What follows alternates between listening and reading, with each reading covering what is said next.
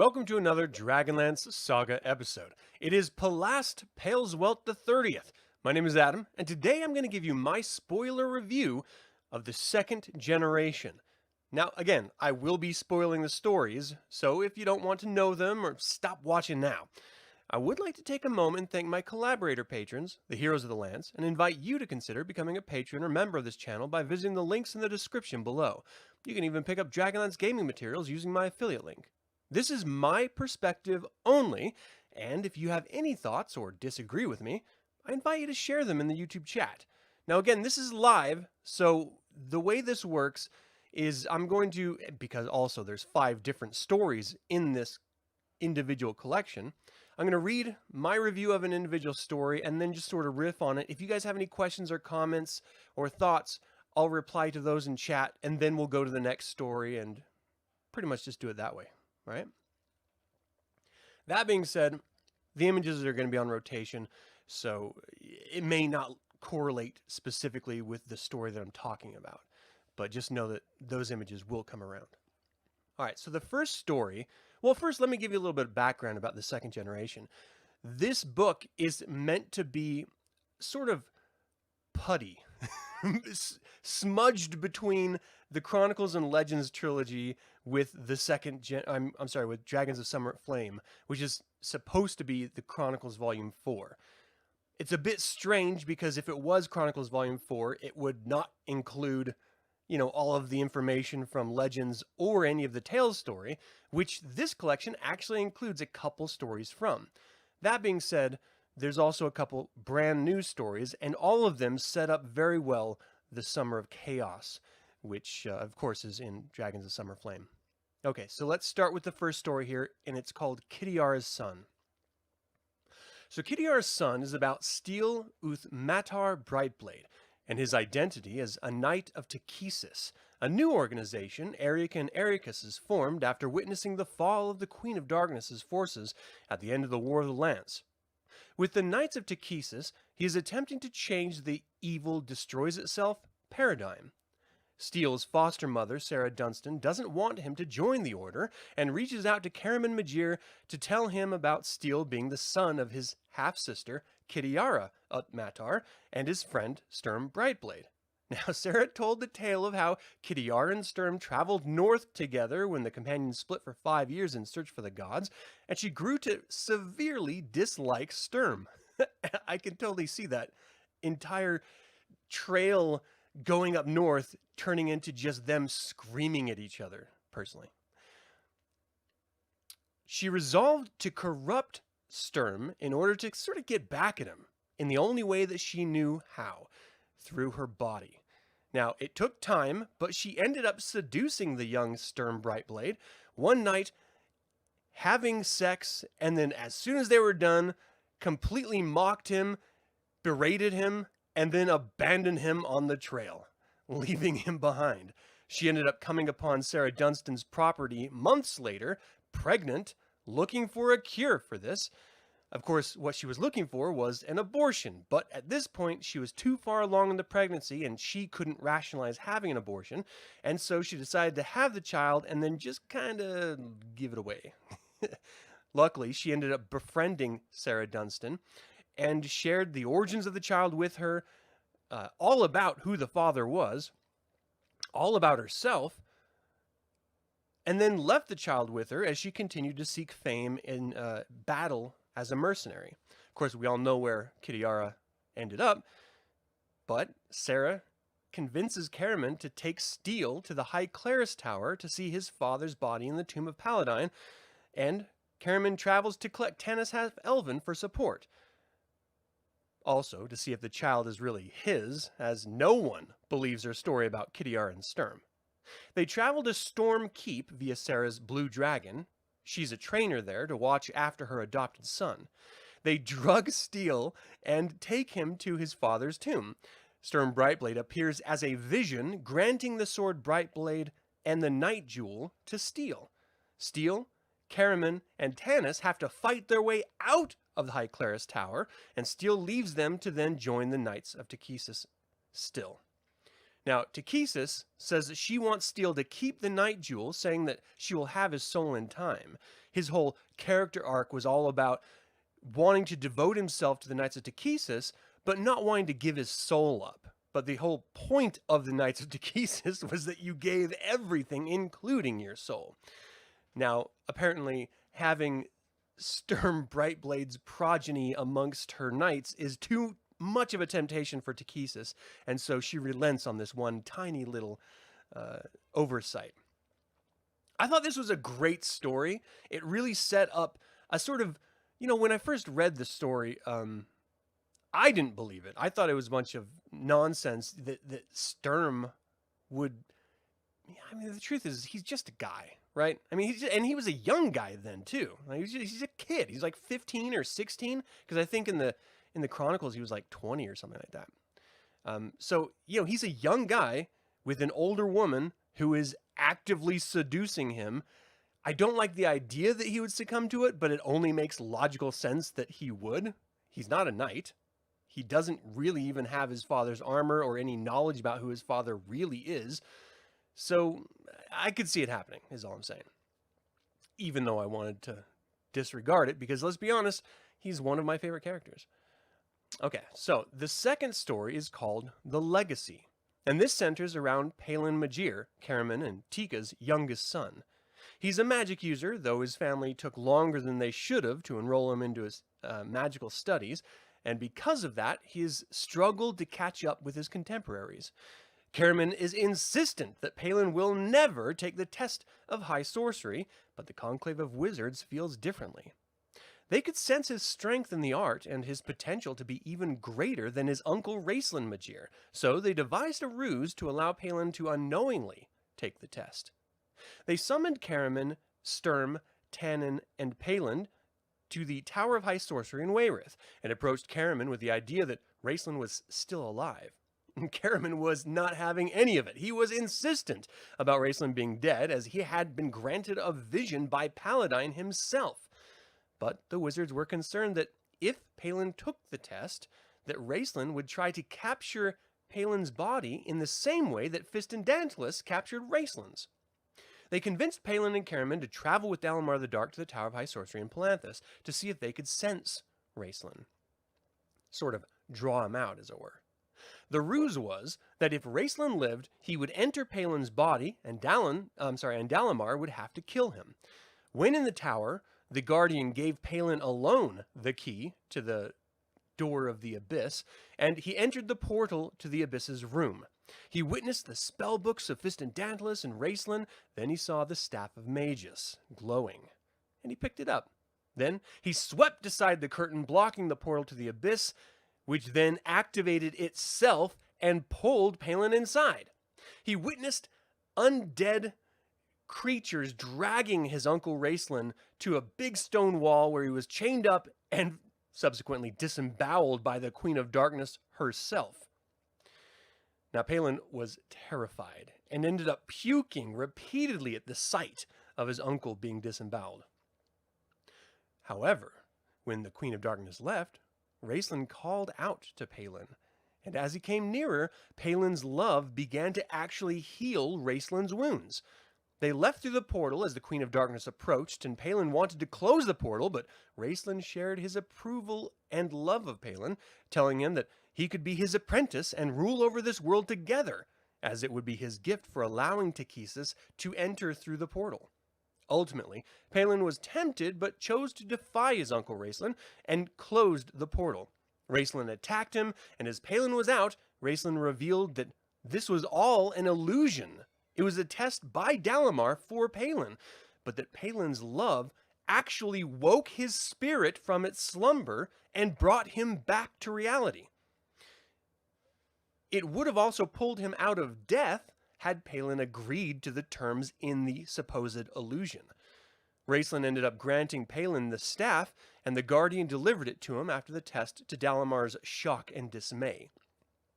Hence, we know now that the spirit of Raistlin is awake. Now, this story was originally released in the First Tales, I believe it was, and collection, which was released right after the Legends trilogy. And it was just one of those stories where it was meant to entice you, like this legacy of Raistlin Majere being the most powerful wizard of all time, and then his nephew sort of carrying on that torch, but in a positive rather than negative way. It was, I think, meant to be a form of a redemption arc, but Raistlin was never supposed to be alive, except that he did actually wake up in it, which completely changes everything. I mean, we left Raistlin at the end of the Legends trilogy, sacrificing himself for himself, realizing he made a massive mistake, and the only way he could avoid it would be by giving up his life. But by doing that, it actually granted him sleep. And then his nephew comes along and rattles a pan and wakes his ass up. I don't know. I'd be kind of pissed if I was Raistlin. You're finally granted peace, which he has never known in his whole life. The whole future of his afterlife was to be tormented every single day by the Queen of Darkness. So if you're granted sleep, I would kind of want to remain that way, on fear of having to go through all the pain that you were supposed to have been going through by the Queen of Darkness, because she is pissed. So, I don't know. I'd be kind of pissed at my nephew if I was Raistlin, but that's just me. What do you guys think? Okay, so the next story is Wanna Bet. And this was, again, carried over from one of the Tales, I think it was Tales 3, Love and War, but I don't know, don't quote me on that. Anyway, here's the story. Wanna Bet is a tale with two purposes. First, it's meant to unify the sons of Tika and Caramon Majere in purpose and in respect. See, Sturm and Tanin have always been curt and commanding over Palin, but through the course of this adventure, they actually find mutual admiration and respect for each other. The second purpose is to unleash the Grey Gem of Gargath upon the world again, leading into Dragons of Summer Flame.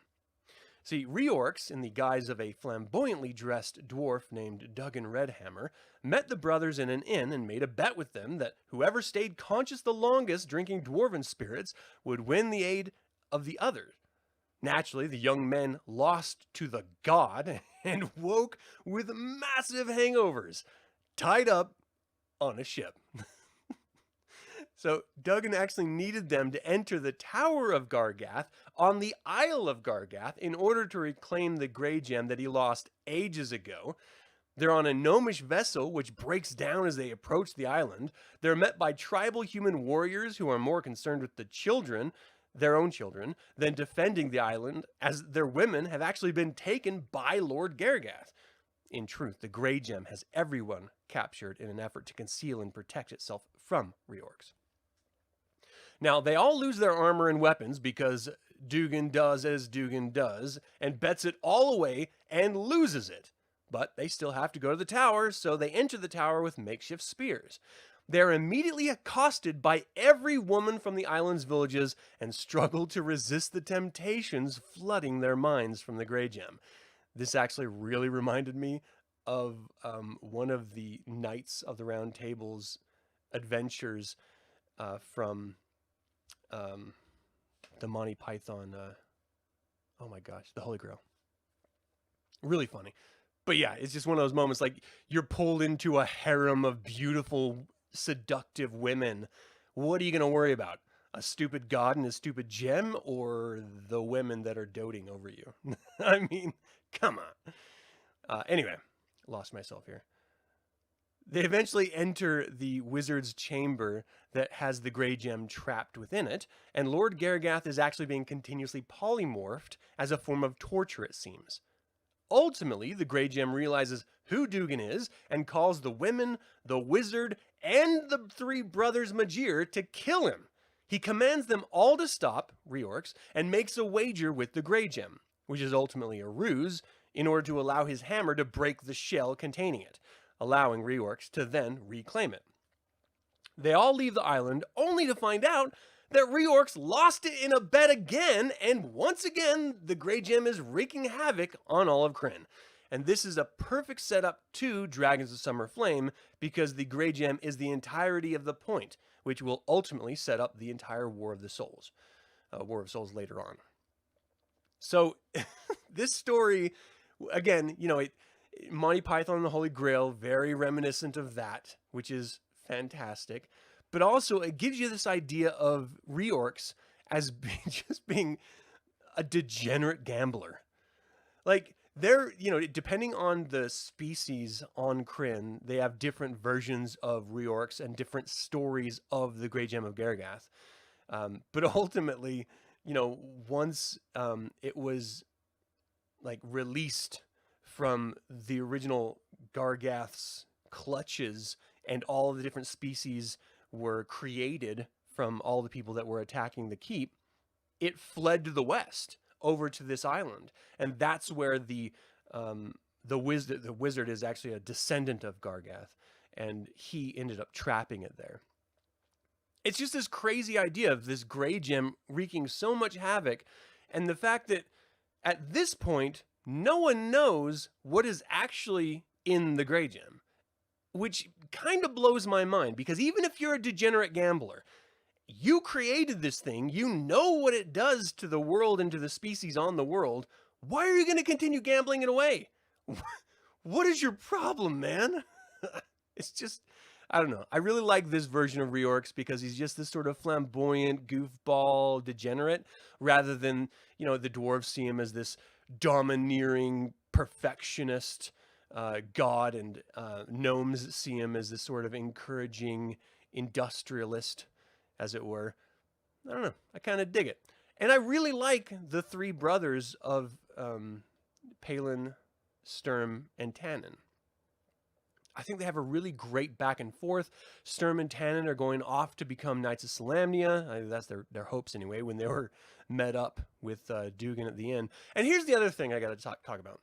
Why on Krynn would you ever think that you could outdrink a dwarf in Dwarven spirits? Like, ever. I don't care who you are. Why would you, outside of possibly Caramon Majere, who has like a serious disease in alcoholism, which would be the only reason why he might win.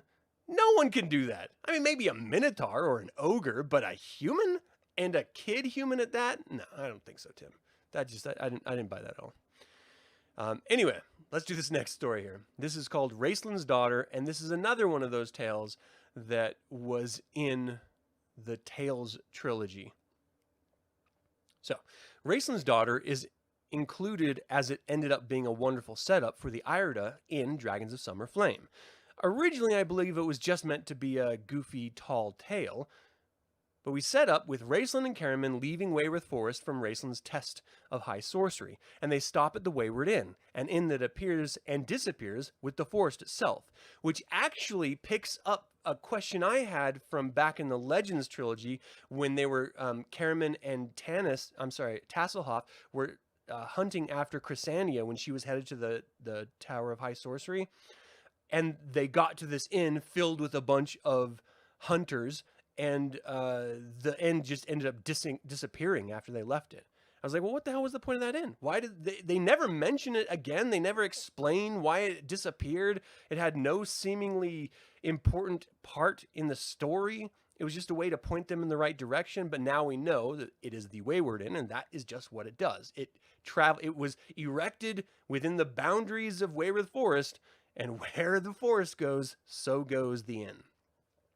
Okay, so the innkeep ends up being this really greedy man who never has room unless the price is right, and due to the fact that there's a blizzard on this evening, the twins insist on staying there.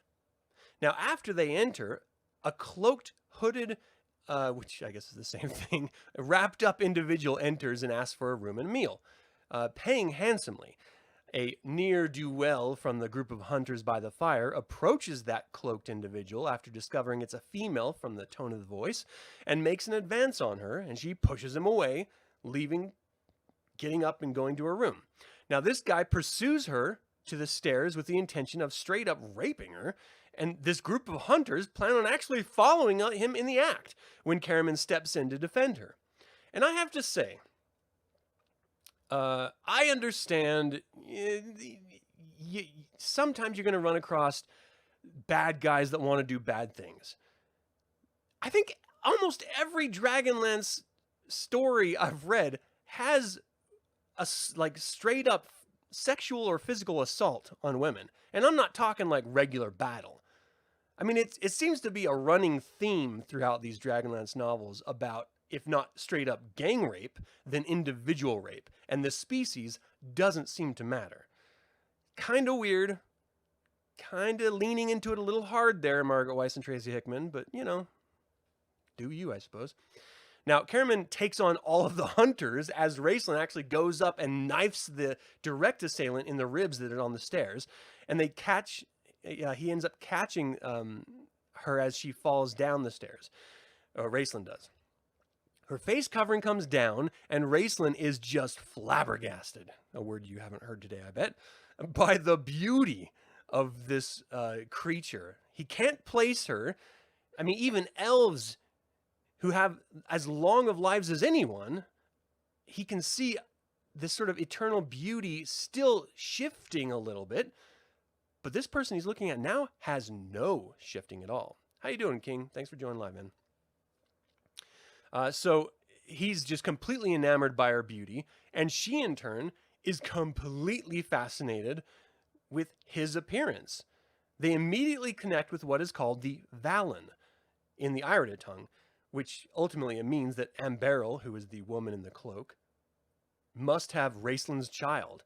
Strange little ritual rite, but it was actually made to ensure the survival of the Irida race.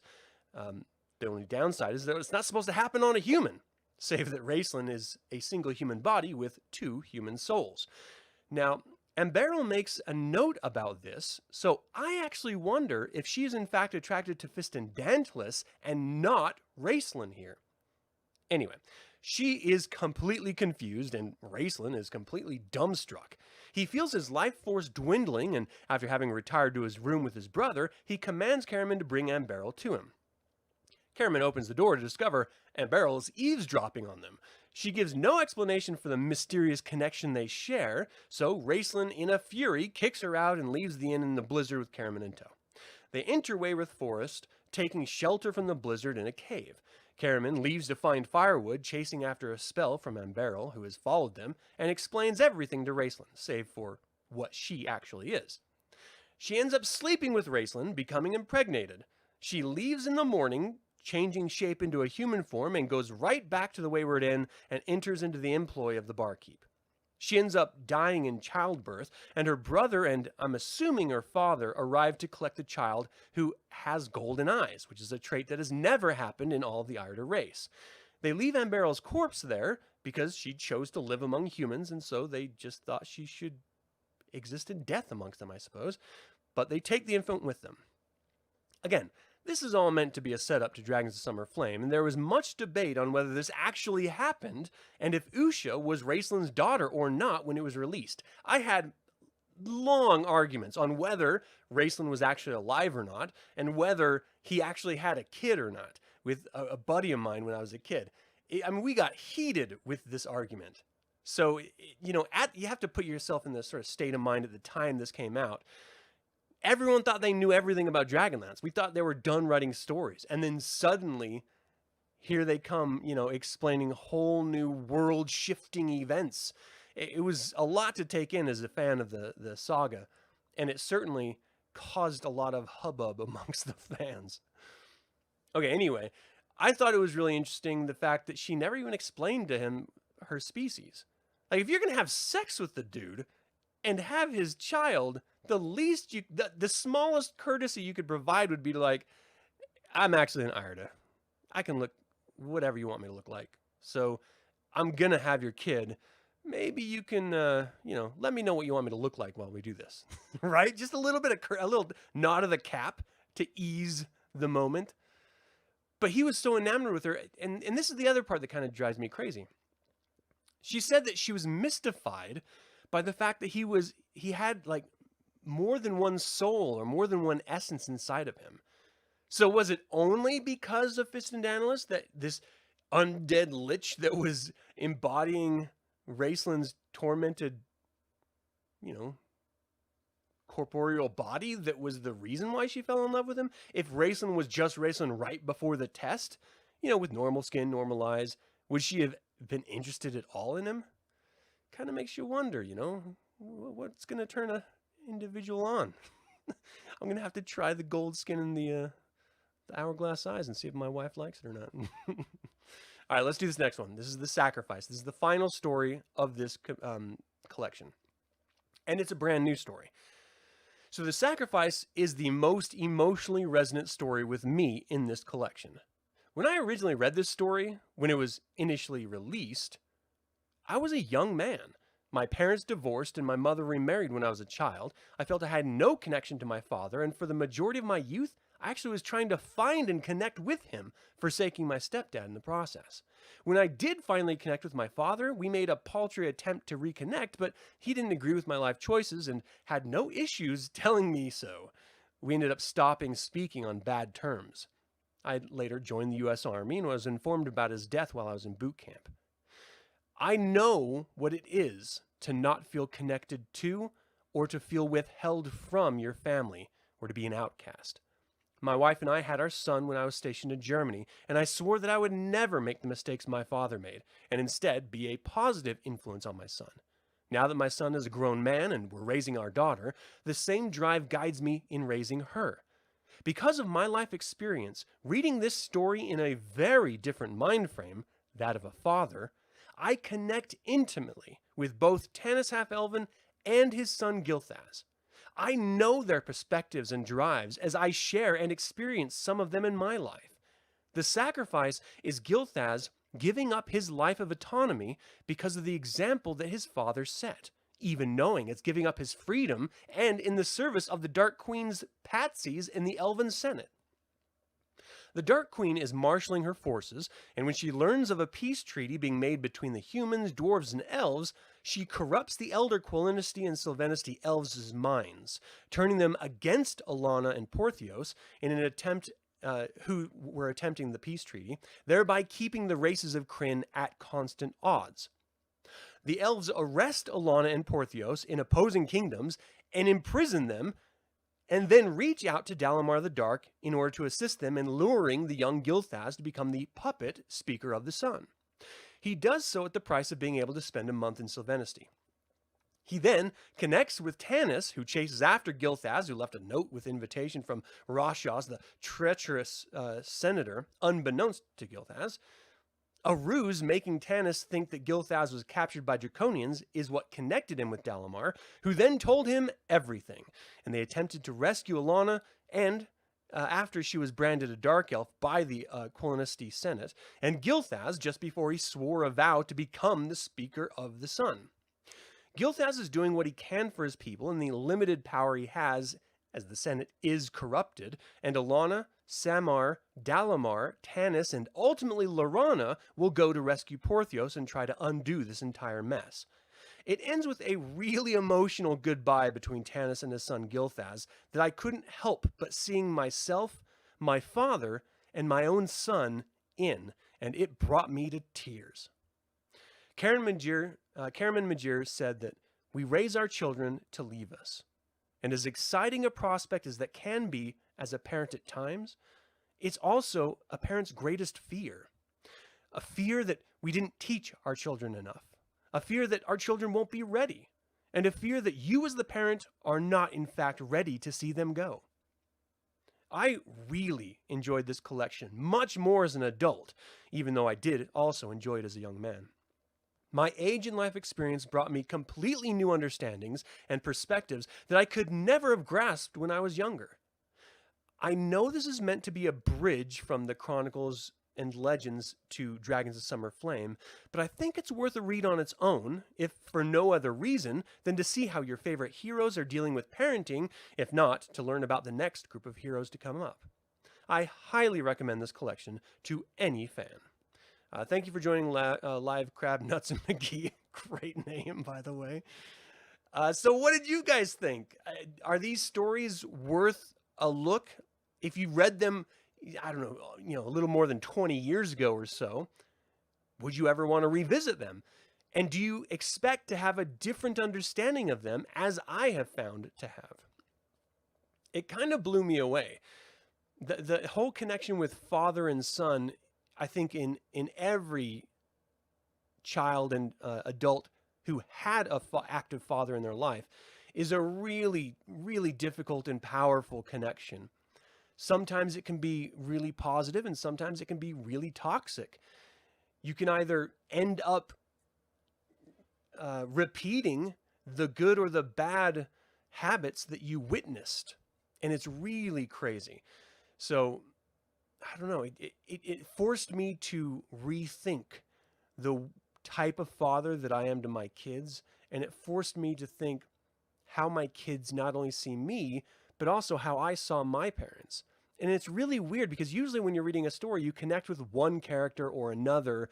In this particular one, I was all over the board, seeing every single side of everyone's own inner monologues, and it was a very interesting experience. I have to say that.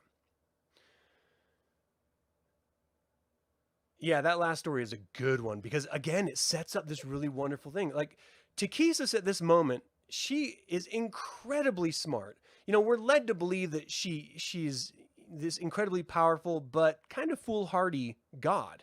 You know, evil corrupts itself and all that. She doesn't really, she doesn't really think these strategies through, it seems. But she is now. She's corrupted one of the Heroes of the Lance's progeny and one of her generals, greatest generals' progeny. She has turned the elves against each other even more than they already were, and against the other races on Krynn, which after the Whitestone Council and after winning the War of the Lands, you would think there were no way they could do that.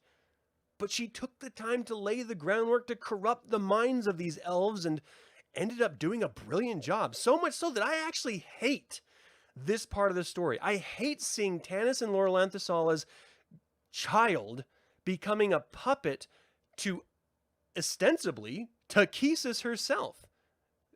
It just drives me crazy. And then when you see where the Elven Nation goes with the Elven Nation trilogy, it frustrates me to no end. I'm not going to talk about those books right now, though, because that's a different story. And I don't want to spoil it for anyone who's not ready for that. But that is it from my review of the second generation. Have you read the collection? Did you enjoy the reviews that I'm putting out here? If so, if you don't, feel free to email me at info@dragonlance-saga.com or just comment below. I'd like to once again invite you to consider becoming a patron or member of this channel, and you can pick up Dragonlance gaming materials by using my affiliate link. All of the links are in the description below. This channel is all about celebrating the wonderful world of the Dragonlance Saga, and I hope you'll join me in that celebration. Thank you for watching. This has been Adam with Dragonlance Saga, and until next time, Slán Javar.